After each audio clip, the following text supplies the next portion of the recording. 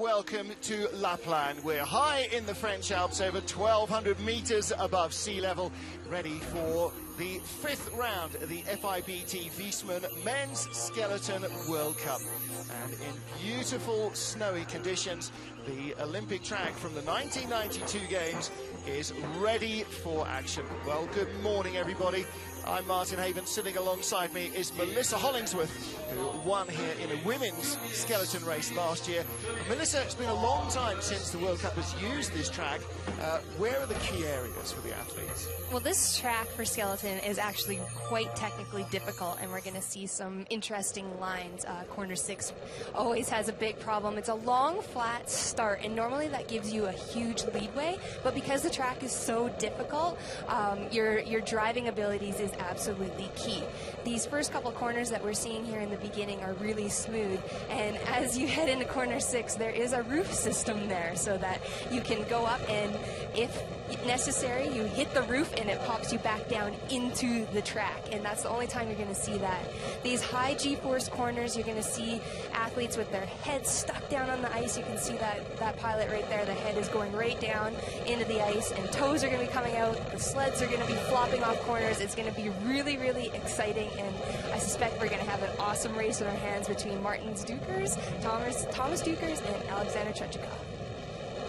Well, Martin Dukers is the man who holds the track record that was set in December's race last year.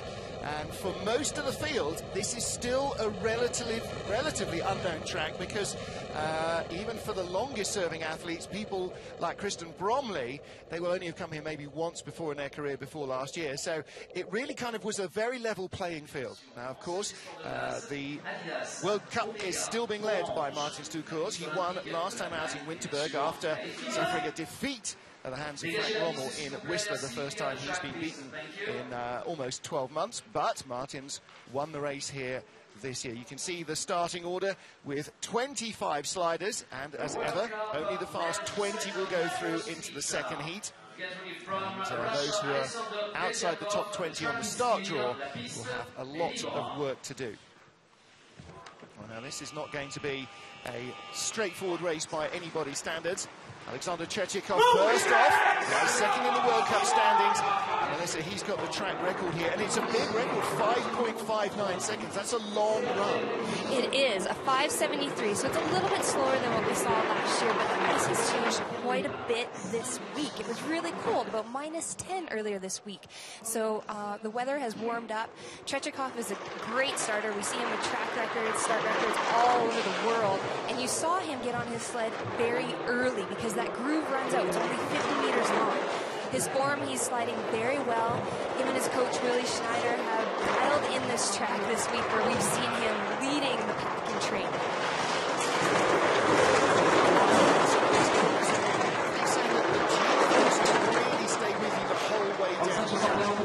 They do. In this corner 16, your face is absolutely buried, and you're just having to trust your sled as you go into 17. This is a little bit of an uphill section going through 17, 18, 19. And he crosses the finish line through after this big 180 corner here, corner 19. That last finishing second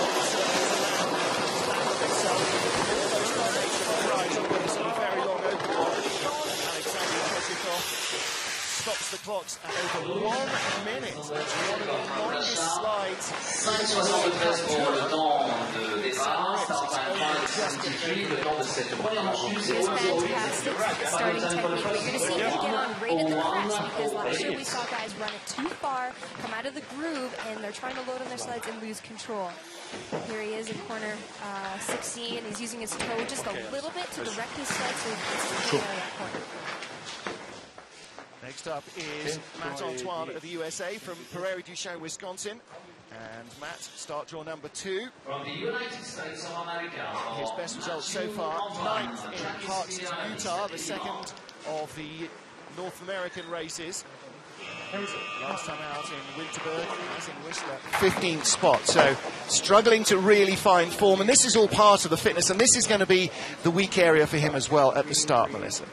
It is, with it being so long and flat. He's just going to be making sure he's tracking straight beside that sled, having all momentum going forward, loading smooth, working each race at a time to try and improve. really chattery, I noticed, through that first right hand. You can see the athlete bouncing up and down on the sled. Well, the ice, when we're sharing it with bobsleds that are quite a bit heavier than skeleton, we're going to be noticing the differences. It's not going to be like smooth flats, but you know, that's just the way it is. We tour the same tours, and you take the good with the bad. Hopefully we can get ice times like today where it's early in the morning, colder ice and smoother ice. It was very quick in training, wasn't it, when the temperatures were way down low, a little warmer today. What about that? A little bit more humidity perhaps in the air, does that give you more control?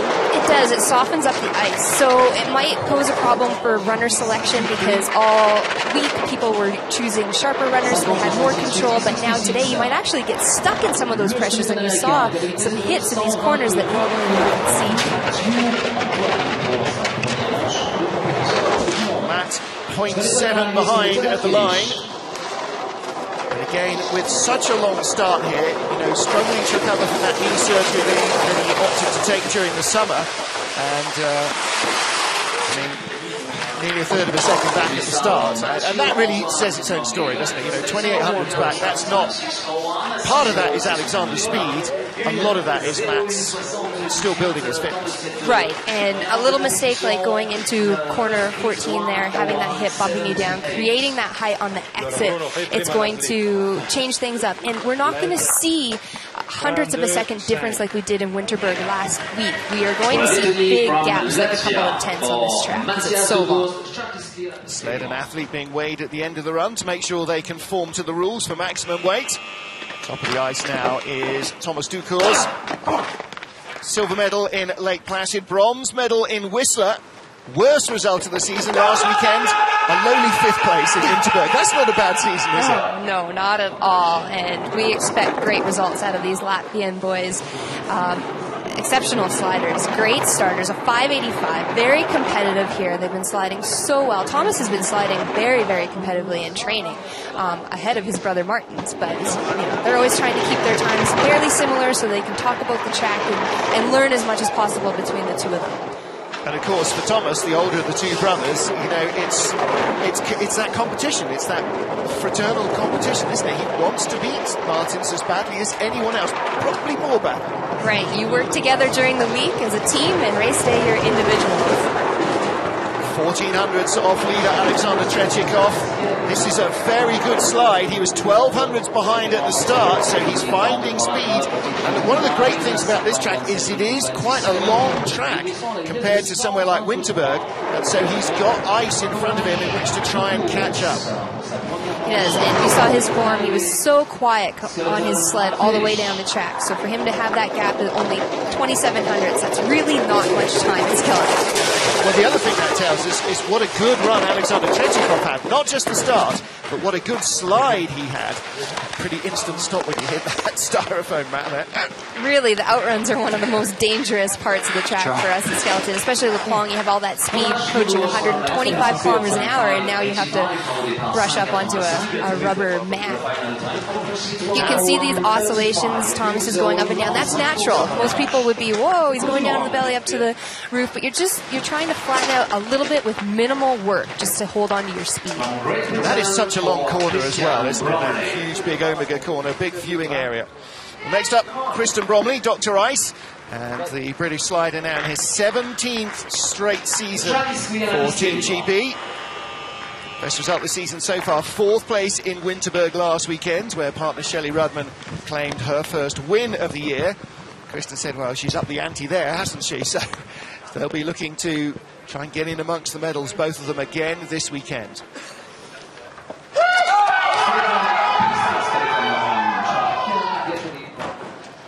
Well, we talked during the season, Melissa, about development, particularly with reference to John Montgomery, the Olympic champion, but that's Kristen's job. He is the crash test dummy for Bromley Skeleton. He's the one who goes out and develops all the bits of kit so that they can hopefully then sell them on to the market out there. And as a result, quite often he ends up sacrificing a race just to answer a particular question they've got. Exactly, because he has no other place to test. Great Britain doesn't have a home track, so he has to come on. He has to make sure his results are good enough at the beginning of the season to make the team for Great Britain, and then he can come on and test against the best in the world. And it's very risky, but obviously it's paying off. Shelley has a silver medal from the Olympics in 2006, and Kristen's always right there. He's an amazing slider, extremely smart. Oh, he just had a little bit too much angle going into corner 17 there. A couple of little wild moments, stunning climb uphill. You've got to try and avoid the walls as much as possible. A rub going uphill is twice as bad as the rub going downhill. 101.73, 500s in front of Matt Antoine. A couple of wild skids there, but this is, I guess, a sort of old-fashioned track where it's not clinical and precise, and sometimes you just have to drive it a little wilder than you would like. Well, and honestly, your body is reacting at these high speeds, and you're trying to stay as relaxed as possible, but when you go into corner 6 like that, and you have all that height, you're just reacting. Legs are coming out, you're trying to avoid that roof, and you can't focus on form at that point when you're out of position like that on your sled. Well, Kristen concussed himself earlier in the week, hitting the woodwork in the first day of training in corner 6, so clearly still hasn't quite got the line right, and as you said, yeah, with the wood coming up towards the head again, got to make sure he avoids that. This is race day. Well, next up is Germany's Frank Rommel, claimed victory in Whistler after a bit of a disappointing start of the season, disqualified in Lake Placid.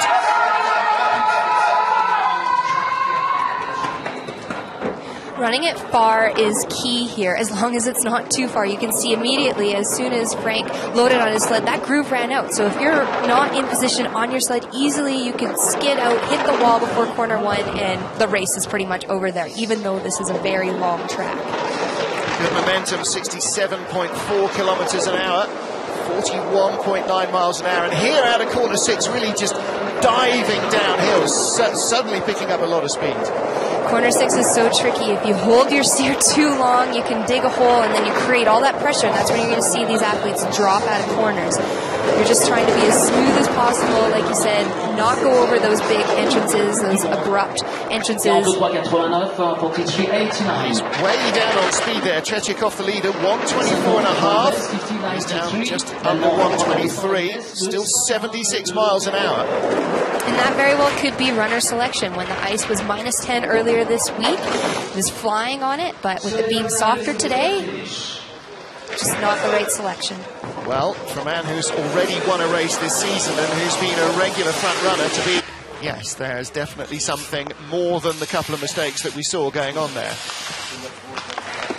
And I guess, you know, when you're sliding and you've got the wrong runners on and they're causing more friction, you just feel that the thing is not moving the way it should, right? Yeah, and your instincts could be that you'll try to drive harder. So, you know, he gets stuck on a line out of corner 6, for example, the ice is too soft and you're trying to rip your sled out. It's just going to be slowing you down. Expressive face of Coach Jens Muller. Frank Rommel, I was about to say, normally one of the smiliest guys you can see. Not right at the minute, though. Well, next up, Martin Stucurs of Latvia. Our World Cup points leader. 3 wins so far this season. Look at him, I always think of Spider-Man going up a building when I see him running along the ice. He's so crouched and he's just clawing at it, isn't he? And look at that, outstarts Tretiakov. Wow, that is so impressive considering Martins is actually dealing with a torn ACL. A long flat start where Tretiakov has such an advantage, but it just shows how talented Martins is athletically and obviously on his sled. You didn't see him go up to the roof and flop out. He's quiet. Everything looks absolutely effortless. Look at his form. His shoulders are down on the sled. Looks perfect. You know, if he wasn't such a nice guy, you could actively dislike him, couldn't you? Because he's just too darn good at everything. Wow. Just pulling away here. 125.4 kilometers an hour heading into corner 16. 78 miles an hour on sheet ice. That is scary fast. And the G-force is relentless here as well. Here we're over 1,300 meters of atmosphere.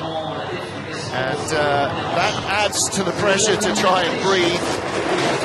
What a massive run that is for him. 2,800s in front. can see they need to extend this outrun here in Plagne. He like over top of 4 different mats. Look at the power. Always having contact with the ice with his feet. Long, even though he's not that tall, he just has those long strides. It's feline, isn't it? He's almost using his hand as well there to claw himself forward. Yeah, stand back. I may not be able to stop this thing. Oh, boy. Well, we saw one of the 4-man sleds go straight out the other side of the finish hut last year, the Italians. There is your World Cup leader, puffing and blowing. That's the altitude, that's the exertion, that's the G-forces. So, Johnny Fairbairn of Canada, 10th in the World Cup standings at the moment. Best result, 8th place in Whistler.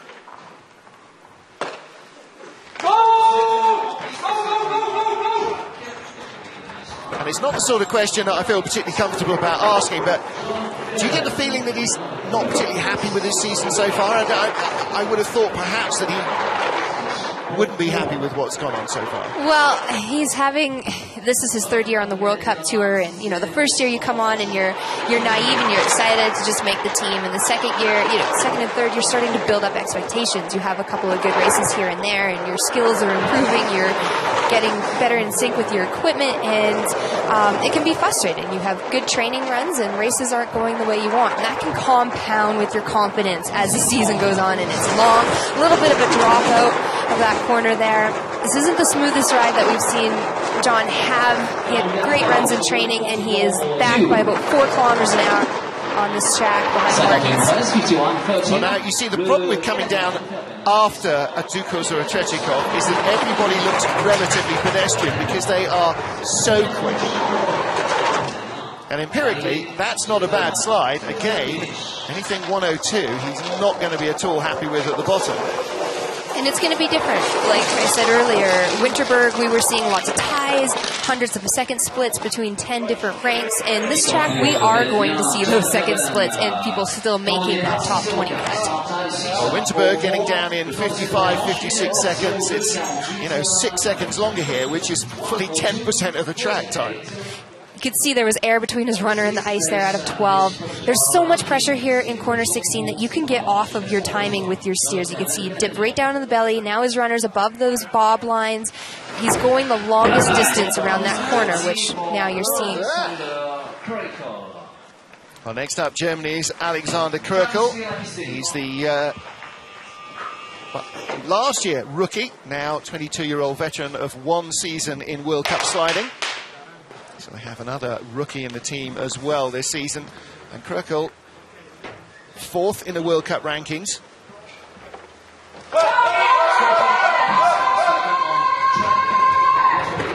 It's a great view of how shallow the start is there, how flat it is. We always joke that we need oxygen masks, that this is the marathon of the starts for us, even though it's, just a few steps longer. But that's how we train, that power, the speed, 30-meter sprints, the jumps, the plyos. You definitely notice if you're going from a Whistler where you're taking anywhere from 15 to 17 steps to now you're at 21 here in La Plagne. You can see his legs kind of moving. He's working really hard to keep the sled lower in those pressures. We didn't see that last week in Winterberg. We saw perfect form, feet together, shoulders low, but we are going to see these athletes moving around quite a bit on their sleds to make sure that they have that control. Well, normally, age and experience work for the athletes that have been on tour the longest. They know the tracks best. When you come here to La Plagne, ironically, some of the younger sliders will actually have slid on this track in the junior divisions or in the 2nd and 3rd tier of sliding, Europa Cup or Intercontinental Cup, and may have actually more runs down this track than the World Cup drivers. And that's quite an interesting little dynamic, is that you get a guy like Krökel or Grotier, his teammate, in his first year of World Cup, has probably raced on this track a couple of times compared to the World Cup drivers. Shows how important experience is. You can see he's just trying to get to that crest. Make sure you get over that crest so that you can increase your velocity heading into that first corner, and the groove runs out immediately. Well, Martins Ducos leading the race at the moment by 28 hundredths from Alexander Tretyakov of Russia. 3rd place, Thomas Ducos, over half a second back. And then in 4th place, Christian Bromley, 9/10 of a second back. So, as you said, Melissa, some massive gaps here. Kirkle in 6th, over a second back. Normally that would leave you out of the top 20. Eric Nielsen of Canada had one of his drama weekends here last year. Let's see if he can avoid face planting on the way down. Another year in, and 6 slides more experienced. 5:96, if you're under that 6-second mark, that's exactly what you're wanting to see. Every 100th counts at the top towards the bottom. Decent momentum as well. This isn't going to worry the top 2. Trying to keep it off the wall there. Controls that first pressure really well in corner 6, and hopefully it wasn't too much work of where he's going to bleed his speed. Half a second back. This could easily see him in the top 6 at the moment.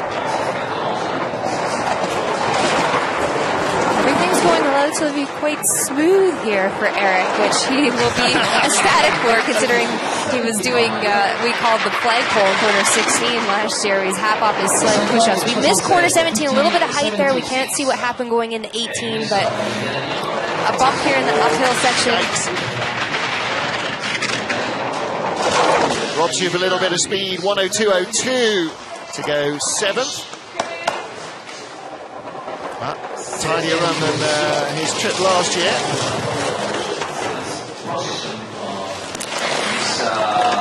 And you do, I mean, when you come from Winterberg and you're 100th or a couple of hundreds in front of or behind somebody, you have to readjust your calibration to go from 10ths to whole seconds, which is quite odd.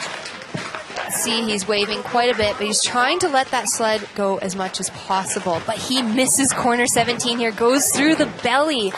And look at all that height he has. He's almost near the roof there. He was grabbing his shoulder, so I don't know if he did have a big bump. Yeah, just watching that replay there. He's going to enjoy your comments afterwards, I'm sure. Damned with faint praise. Not as bad as last year. Okay, now then, John Daly of the USA. 8th in our world rankings. His best result this season in Lake Placid. 4th spot. Maybe just out of the medals. And a great getaway, 5:93. A much better getaway than last year. Do you remember? He was one of the ones that ran too far out of the groove and ended up on the short wall before the corner. A little bit of a skid there, which I was surprised with this ice and how spongy it is. Maybe with a little bit of humidity in the air, it is acting quite a bit colder, but that could be pilot error too. You see his shoulders are up a little bit, his head is up a little bit, his balance point on the sled could be off slightly to create the skid. Well, 4th place at the moment, behind Thomas Ducros, but in front of Kristen Bromley.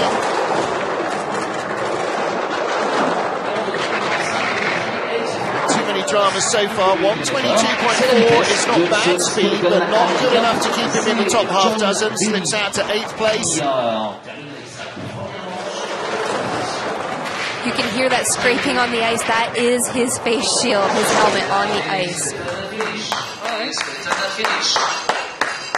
Okay, 7th spot then, so he picked up a little bit down at the bottom, avoided a rub going into the final uphill corners.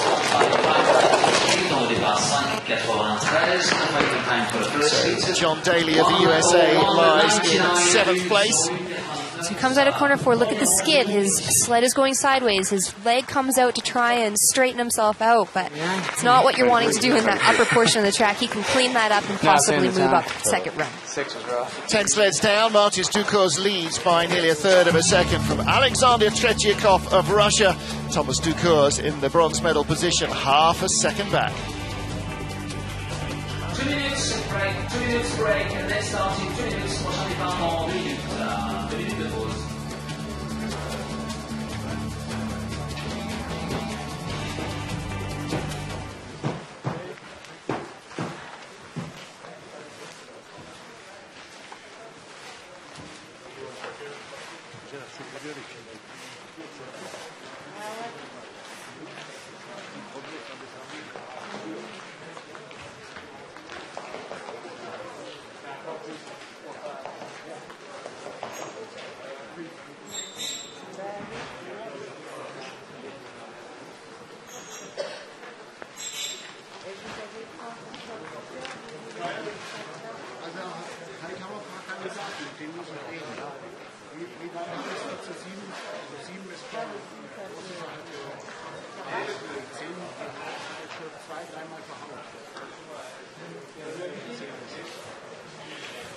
1 minute, get ready from New Zealand, Ben Sunform. 2 minutes, New Zealand, Ben Sunform.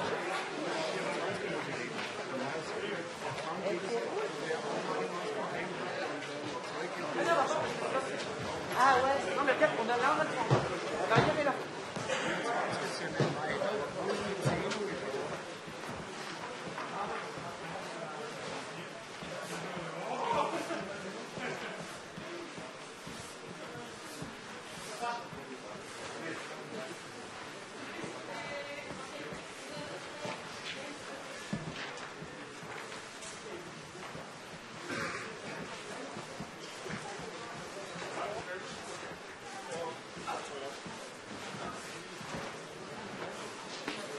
Get ready from New Zealand for Ben Sunform. The track is clear. Welcome back to La Plagne in France, the ice lining venue for the Albertville Games.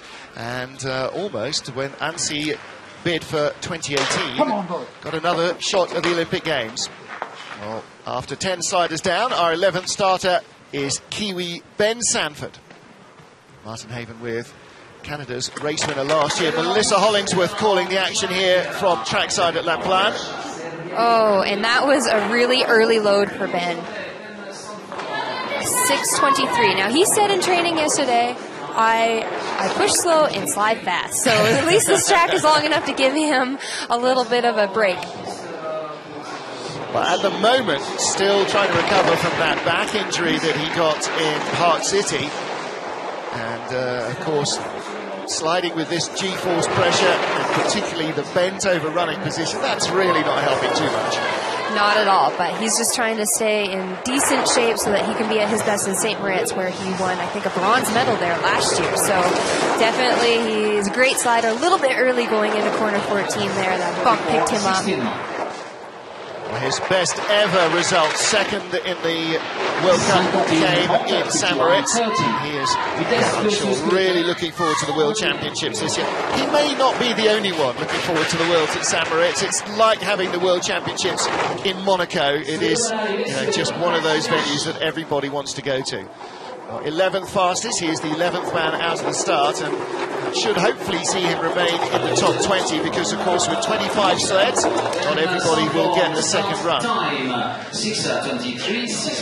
Again here, perhaps surprisingly, given it's such a long driver's track, the start has really dominated performance so far. It has, but for Ben, we usually see him a lot smoother than that. He was having little mistakes. Look at the chicken wing he kind of has with his arm, and his toes are out. He hits before corner 17, almost misses the corner entirely. He has about 6 inches between his shoulders and his chest in that sled, so that's all time right there. Russia's Sergei Chudinov returns to the World Cup competition. They've been mixing and matching some of their sliders, particularly in bobsled, but in skeleton as well.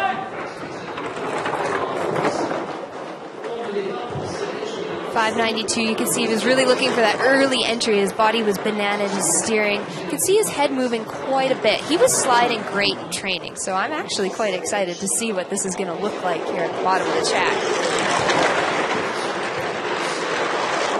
Chidinov's best result of the season, 8th place in Park City, the first race that he started. He's controlling the pressures really well. In corner 6, that was one of the lowest lines that we've seen.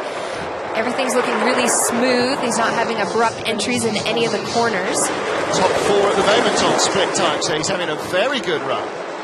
He is a little bit early into corner 15, but it didn't hurt him. 124.1 kilometers an hour. Just a fraction slower than the current 4th place man, Christian Bromley, but it looks like he's going to come in front of the Englishman. This could be quite close, still just ahead on time, and he is. He's in 4th spot. Well, that's a good opening slide from Sergei Chudinov. And again, 5.9 start, certainly not hurting him at all here.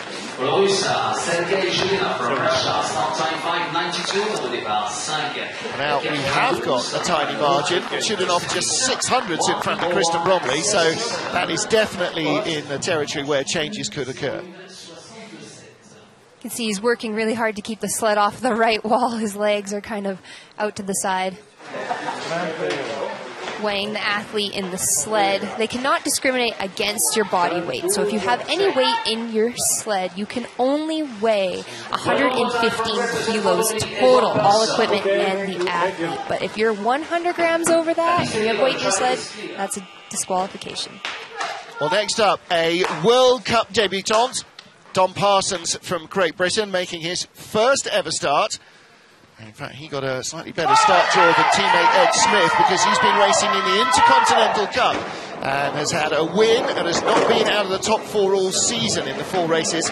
In fact, only last weekend he was racing in Park City, got on the plane, flew across the Atlantic, so he has no idea what time of day it is at the moment. But that didn't help him, that didn't stop him rather. A 5:84 start now. That's so impressive. These young athletes coming up just nipping at the heels of a veteran like the Christian Bromley. So much to learn, yet they are displaying great results. But again, we talked about the younger athletes and their experience. He's actually had more slides on this track than anybody did who's racing in the World Cup last year, because the ICC race here a couple of seasons ago was a double race weekend. It wasn't quite the full double race because there was a couple of problems with the track. He's had a really good run, 3rd fastest. He's slipped now out to the top 10 though. Just a little wild, 12th position as he climbs the hill, rubs the wall. I'm sure there's a little bit of nerves and tension because it is different. You understand you're on a different stage, but you've got the TV camera in your face at the top. There's a whole crowd, more people there where would normally be. And so the atmosphere is very different as well. Yes, and we saw great lines from Dom, but maybe, like you say, the nerves and the tension, he might have been controlling that sled a little bit too much. But regardless, it's a World Cup debut. Well, great to see another British athlete coming up. And in fact, Britain's women's bobsleigh team just claimed bronze in the Junior Worlds yesterday. So we've got more bobsleds and more skeleton sliders coming through the pipeline for the UK sliding operations, which is great. And I'm sure he will be feeling a little more relaxed. He's got that out of the way, no major crashes. Now he can get into the second heat and start to build on that performance. Well, next up, Italy's Maurizio Aioli, currently lies 14th in the world rankings. Best race for him was Lake Placid, New York. First race of the season, 9th place. Then missed the cut in Park City, Utah. So a very different experience. And that suggests perhaps that he needs a track where you've got to drive. And maybe that will help him here. Yes, he obviously likes that more abrupt technical style, like his home track Cesena, which is not on the calendar anymore, but he slid great there when it was open. 66.3, not great speed at the top after his start, but then at a 6.11, probably not expecting too much from that. He's trying to correct all the time. We're not ever seeing him in that relaxed state. But that, again, is very hard to do on the Plagne track when there's quick transitions and lots of pressures and oscillations. But that is what has to be in the forefront of your mind when you are sliding. You have to be a shock absorber. Well, that's something that you see particularly in slow motion, the driver's body just rippling, and the more that happens, actually the better that is, because it means the less you're bouncing on the sled, absorb some of that energy coming off the track. 12th place at the finish, 102.57, tied exactly to the 100th with Dom Parsons of Great Britain. So we have our first tie. 2 sliders coming 13th and 14th out of the start shed, setting exactly identical times. One off a 5.84, one off a 6.11. So it is a very different kind of slide from each man. Yes, you can see you're wanting to maximize all that power. He chose to have 2 feet on the block, and he got a little bit out to the side, and you could see his arm actually was not in sync with his legs. And when he loaded on his sled, he was out to the side quite far. Again, you see an awful lot of work going on from the athletes on this track, certainly in comparison to last weekend at Winterberg. Next up, head first, Ed Smith of Great Britain. Again, if you are on Twitter, you will find almost without exception, every athlete, certainly in the skeleton world and an awful lot in the bobsleigh world on Twitter. And they delight in letting you know what's going on behind the scenes away from the race day cameras. Seeking take it down into the 5.8s. 5.97 again. Anything under 6 bell is a decent start. It is, and it's difficult to do because your body almost has that muscle memory when you're pushing the sled for whether it's 15, 17 steps, whatever. And when you have to run further, it can get out of position. So technique is critical when you're pushing a sled. And wild off corner 6. Dropped him from 8th at the start to 11th spot. A low line there on the entrance of 12. I'm surprised at how low that was. So he might be steering quite aggressively with this high G-force track. Again, he didn't race in the World Cup here last year, but has raced on the track before, I think, in the Intercontinental Cups at the same time as Don Parsons did. So he's got a little bit of experience behind his teammates at the moment. Swift, who started the season in the World Cup, has moved on to the ICC, the Intercontinental Cup, as they change up the athletes. It's interesting now, actually, that the British programme is starting to work a little bit like the German one does or the Russian one does, is that if your ranking starts to slide, then somebody else comes in and takes your place. And Ed's very disappointed with that run. He is. You can see he loaded just on that crest, getting settled. See him working. His legs are coming apart a little bit. That shows that he is manipulating that sled. We steer with pressure points. The sleds are flexible. You steer with your shoulders and your knees. A little bit of height there on the exit of that corner, but he keeps his head and shoulder down pretty good considering how high it was. We just saw Anya Huber sticking her head into the track and watching the lines. It's a great opportunity for some of the women's skeleton athletes to see what the track is like on a race day. Carl Tress of the USA gets away very quickly, 6.07 start. See him working a little bit in this upper portion. His head's off to the side, the legs are countering, and you're not wanting to do that. You want to do your work in the corner, make your move, and then let the sled go, because you're just bleeding your speed. Wavy in 6. First day of training, we saw even Martin Zukers hit the roof in corner 6, so that puts some fear in some people for the rest of the week when you see the world's best hit the roof. That's true enough. You can hear that abrupt entry into corner 14. But not bad speed, all things considering here. Well, this track was designed in the late 1980s, Melissa, before skeleton was part of the Olympic programme, and when bobsleds definitely were going a lot slower than they do now. So it's a track almost that the sport is getting a bit too quick for, and that's perhaps part of the challenge, is that you've got to get down with speed that was never designed to be contained by the track. There's going to be a few unhappy-looking faces coming out the bottom here, isn't there? Unhappy and disoriented. When you're hearing that scraping, that means the athletes' heads are dragging on the ice. So, you know, when you cross the finish line, you're just waiting for that breath of air. Waiting for your brain to stop moving inside your skull. Put some air in my helmet. Yeah. Next up is our Olympic champion, John Montgomery. What's he sliding on this weekend? He has the same sled that he had last week in Winterberg, which is, that's 2 weeks on the same sled for John, wow. Which is a... First time this season. Yeah, he's been having a lot of equipment problems. It's really frustrating for him, obviously being Olympic champion and now coming back and having to change a sled every week, but he's now on his SATE sled. Well, you know, part of the problem is that, of course, not only is development work not progressing the way he wants on his own sled, but also he's not scoring points, and so he's dropping and dropping and dropping down the rankings, and that means then he's in danger of not making it to the Worlds. So at some stage he has to go, okay, that's enough now. Now I've got to concentrate on the racing, and the development will have to come, you know, maybe in the Christmas break. Exactly, and he had a great top portion of the track, fast start, 5th rank. It's right there, smooth through corner 6. Everything is looking great for John right now. Well, what we've got to underline is that he's not forgotten how to slide. You know, form is temporary. The ability to do this still remains. He's still top 5. Exactly, and that's where confidence is so key. 122 kilometers an hour, he's right in there with the speed. He's not that far back, all things considering. This is looking great for John. 50, 81, 50, 81. Well, this, confidence boost. 8th place at the moment, a top 10 finish here will certainly put him back in the right direction. Of course, it is only the second week he's slid on this sled, so he's really got no experience of it because he didn't use one last year.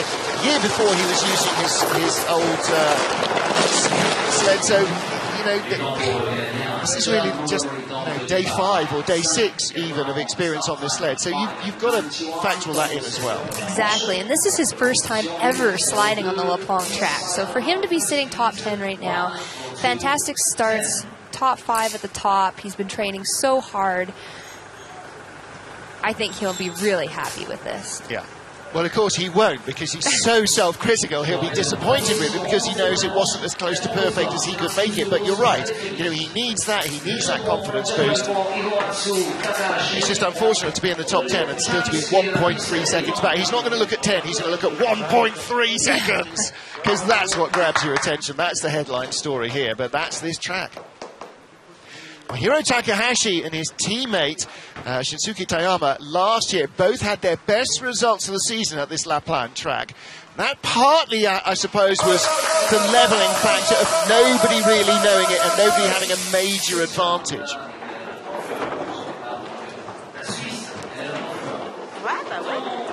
6:05 start. I was noticing on the start that his arm wasn't moving. He didn't have much of a drive there, which is going to shorten up his steps too, and you need to make sure that you're maximizing the length of your steps, having that ice contact at all times. So far this season, Takahashi's best result, 13th spot in Park City.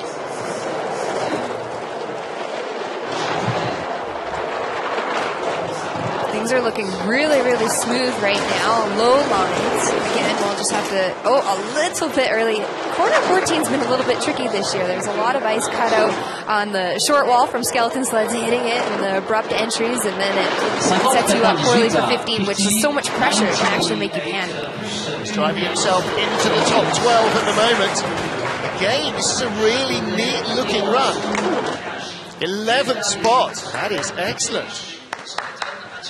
Gosh, Isan, enjoying that run, and Takahashi should as well. I mean, that is 11th. That's a really good run for him. Yep. Tied with Frank Rommel. Yeah, can't argue with that.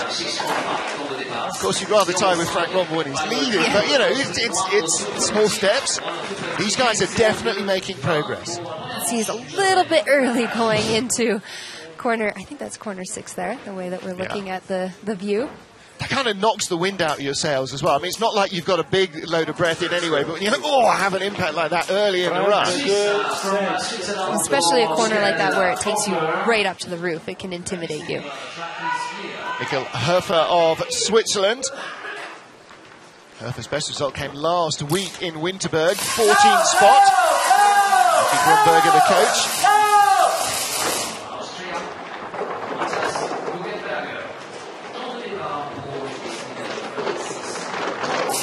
Let corner 1 take him a little bit too high. You saw that bump going into corner 2, and you have to be perfect up here. You don't want to be moving around in your sled, having any friction between your runners and the ice and the flat portions.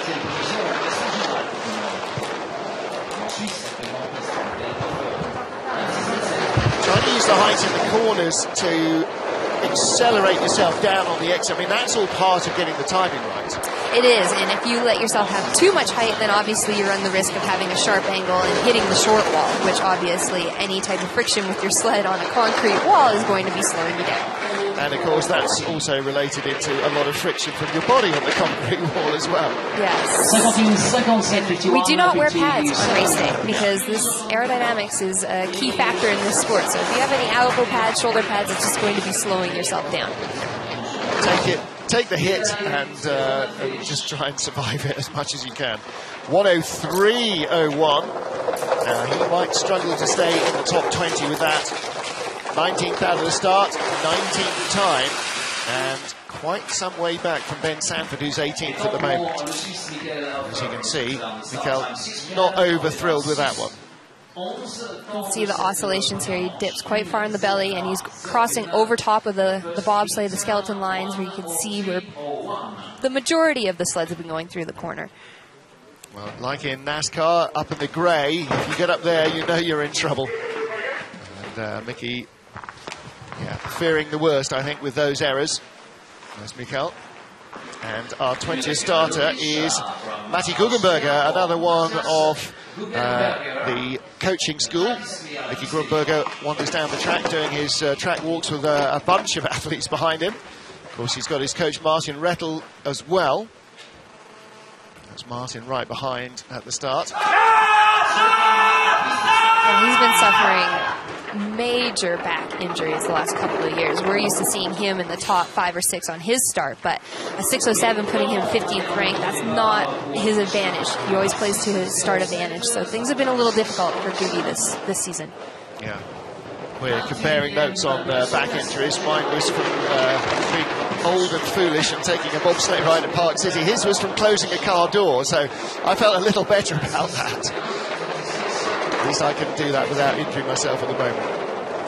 But I mean, that's one of the problems with an injury like that, as we talked about with Ben Sanford, is that first of all you're sprinting almost bent double with your fingertips almost on the ground, which has got to stress your back, and then you've got all the G-forces and all the impacts as well. And here's his helmet, that's dragging on the ice. He had great speed despite that entrance of 15. Playing speed up down the order, 15th, 17th, 16th, 17th, 15th, 19th now. And 19th at the finish, just in front of Mikkel Herfer. Again, he might be in trouble making the second heat. Get your hands off the ice, because if you've got a dodgy back, the last thing you want is a broken wrist. Waiting for the speed to abate before he tried to slow himself down there. You can see the sled starting to climb here on the exit, and he still keeps his form pretty good. His shoulders are down on the sled, there's a little bit of air. Getting his right foot up nice and high to try and drive it down off the corner. So 20 sleds down successfully. And for the remaining 5 sliders, starting with Ander Mirambel of Spain, the key now is to bump somebody else out of the race so you can get in. Well, after the North American trip, deal was confirmed with Barcelona Football Club Espanyol for him to be a full member of the club so that he is allowed to slide with their familiar colours. And more importantly, it's also allowed him to get support from the Catalan and the Spanish sport federations. It's a great shot of the spikes that we use from Adidas. There's, I think, around 460 pin needle little spikes, and that allows us to grip the ice as we are sprinting, pushing the sleds. Now, when you've got those, did they still have track spikes when you first started? Yes. Yeah, I can't imagine how difficult it must have been to sprint in ordinary track spikes. Well, and difficult to find a metal pin spike that you could put into the shoe, because now they're all this ceramic. And gripping ice with ceramic does not work. So obviously it's great that Adidas is supporting us and giving us those shoes so that we can use them to push our sleds and not tear up the track as well. There's a new development shoe coming as well, which is basically another skin with needle spikes in, isn't it? At the moment, just out of the race for Ander.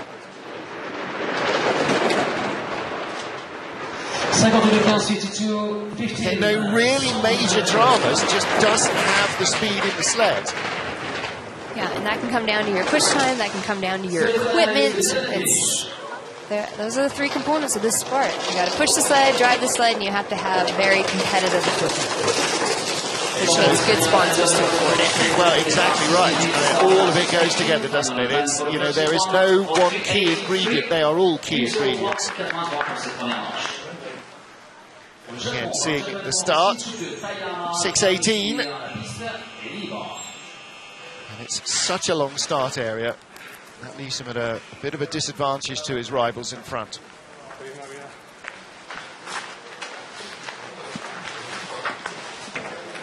Well, 4 sliders still to go. Next up, Shinsuke Taeyama. Again, had his best result of the season last year on this track. So far this year, 19th in Park City, his best result. It's the only time he's made the top 20 in the field. 6'11", 18th ranked start. I'm pretty sure we saw these Japanese sliders start a lot quicker last season. So I'm not sure right now if they're in their training program, if they are in that little bit of a lull so that they can peak for World Championships in St. Moritz. Sometimes you have to sacrifice some of those training weeks, and it's tough when you're at a high altitude here in France. Well, that's part of it, isn't it? You know, you're at a high altitude, you're puffing and blowing, walking up the hill, never mind sprinting. And the start is extra long and extra flat as well, so it's double jeopardy. Oh, a big bump there going into corner 12. You could see the ice just chip off the wall. More speed than Ander Mirambel. He's up into 15th now, slips a little to 16th spot. His teammate at the moment is in 11th place. So again, he's having the best run of his season so far. 18th for Hiro, and that pushes Mikael Herfer out of the race for Shinsuke Taeyama. So 102.71 is the slide, and that puts him with Ben Sanford and Matthias Guggenberger behind him, but big hit going into corner 12, bumps him off, and I suspect that his sled went straight up into that corner after that. And that's tough to control. And then it just compounds. You have that height on the exit. Here's another hit going into corner 17, pushes him away. You're trying to stay relaxed to absorb it, but now it's an uphill section, and it's hard to regain that time. Gosh, you sound wincing with those. But nevertheless, both his sliders are in the second heat. What about Lucas Kummer? We've just seen that his teammate Mikael Herfer got bumped out of the race. Can he get himself in? 5.90, that's a better start. That's great. 5th ranked coming off. He has all that advantage at the top. Let's see if he can hang on to the lead he created. Well, didn't make the cut once in North America. 20th place last weekend in Winterberg was his first top 20 finish. He recuperated very well in corner 6. You could see he bumped on the entrance, went up to the roof, and then he just cranked that sled. That's a lot of work that he is doing to make sure he's getting down the track safely, but it's not going to be that fast. Well, he's one of the lighter, shorter sliders. Is that going to work against him on a track that's this physical? Well, you know, your weight is always going to be somewhat of an advantage, but I would say on this track, aerodynamics and those perfect lines are going to be your biggest advantage. 22nd place at the moment off a 5th best start. That shows how many errors have crept into the run. And he's not going to make a second heat here. So, 22nd spot. That means that Matthias Guggenberg from Austria still in the top 20. So how can that happen? He's 5th ranked on the start, 22nd at the bottom. He has all that power and tension to push the sled, and then you have to flip that switch so you can relax on your sled. And maybe that's what's going on for Lucas with his sliding. See that angle? He's coming over. He's trying so hard to stay off that wall. His legs out to the side. That's work all the way down the straightaway. That's creating friction. So he will be a spectator for the second heat. What about Giovanni Molisano of Italy? Currently 26th in the world rankings. Made the cut, 20th place in Lake Placid, but thereafter has not made it into the top 20 this season. That's got to start becoming a little dispiriting, hasn't it, when you just can't get that break that you need.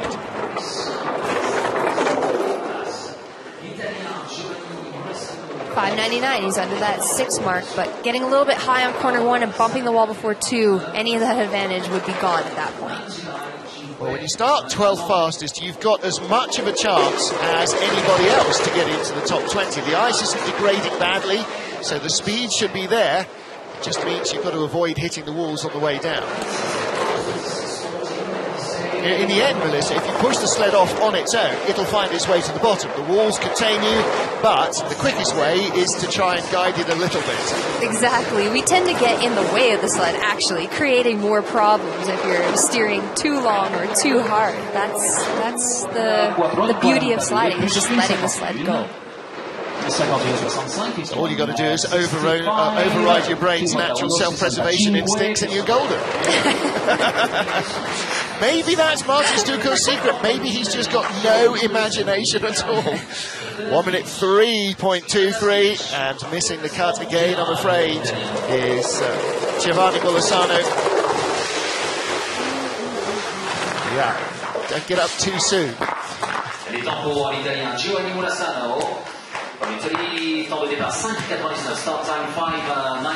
Very competitive start here. You can see he's trying to be as smooth as possible, low, quiet, loading on the sled. It's that last driving footstep in when he's already almost halfway onto it, doesn't he? He's still driving forward. It's like he's feeling the wind knocked out of him on that run. And our final slider from Greece is Alexandros Kefalas. Not too far from home, because he lives in Switzerland. And we are, of course, just across the border from Switzerland, the other side of the nearest bunch of Alps.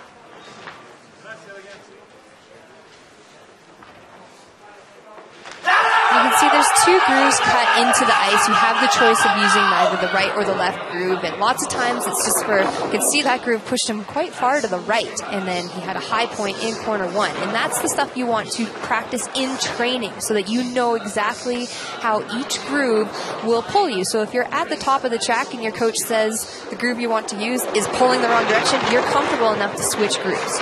Well, one of the things that we saw a lot of last weekend, that we saw a lot of in Whistler and Park City, is sliders hitting the wall away from the start. Now, the start is wide enough here that doesn't happen. You don't have that bottleneck. Yeah, you can skim it. I did it twice in this training, and I really hope it doesn't happen tomorrow. You have to work hard for it, though, do you?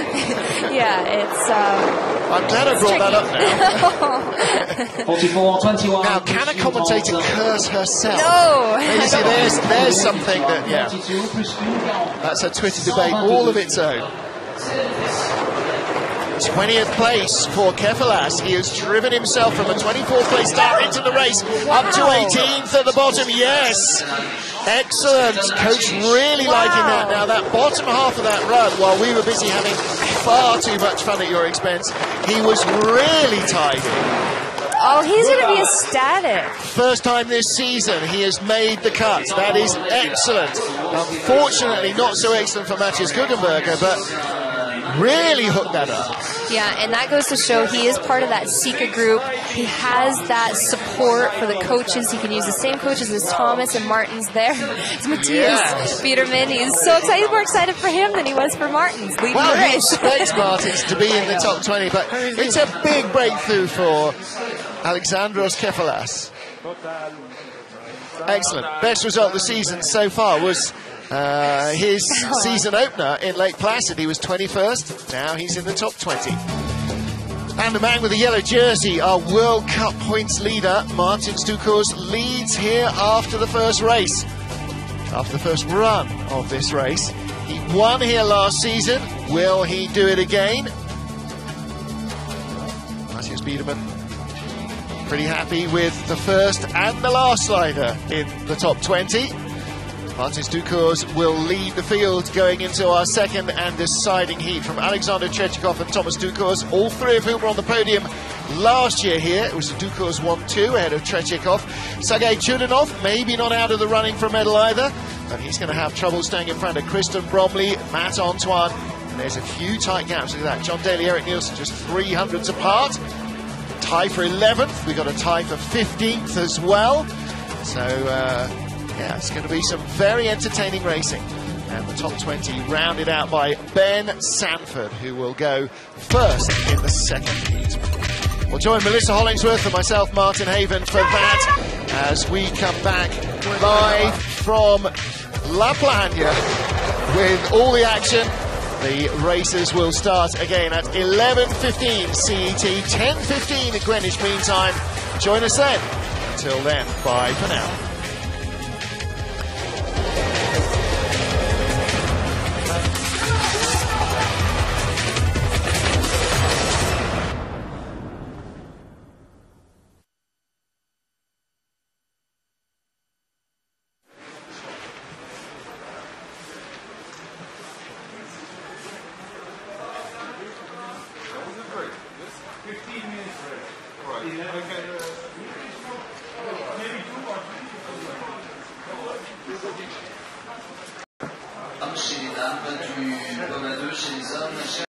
La carte chez les hommes en début de compétition. C'est du sport, c'est de la glisse, c'est de la glace, c'est un Plagne et nulle part ailleurs pour cette semaine.